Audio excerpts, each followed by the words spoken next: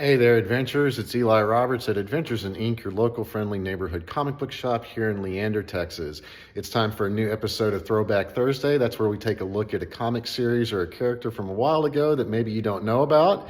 And this week we're going to take a look at the 1986 series, Squadron Supreme. Now, around this time, a lot of things were changing in the comic book industry.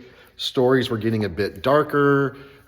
Frank Miller's Dark Knight Returns was a big hit, and Alan Moore's Watchmen was also hitting the stands from DC, and it was kind of changing the landscape of comics. And so, not to be outdone, Marvel came up with their own version, and they called it Squadron Supreme.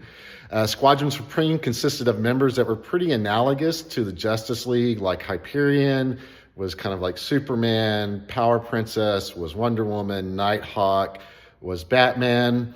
And in this alternate Earth story, they create a device called the Utopian Project, and they use it to brainwash all of the villains into being good guys and basically take away their free will.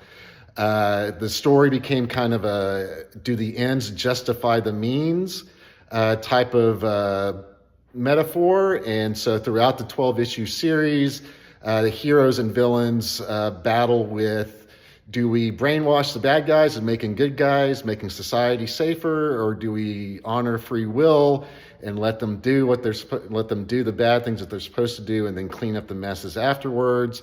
And then the result is a climactic fight in the final issue.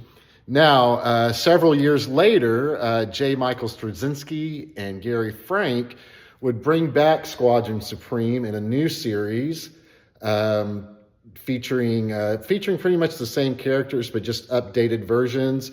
This series was more influenced by what was going on in comic books like The Authority and The Boys, so it kind of had that little bit of a, boys mentality to it, but without the super graphic violence and everything like that. But it was still in the same vein.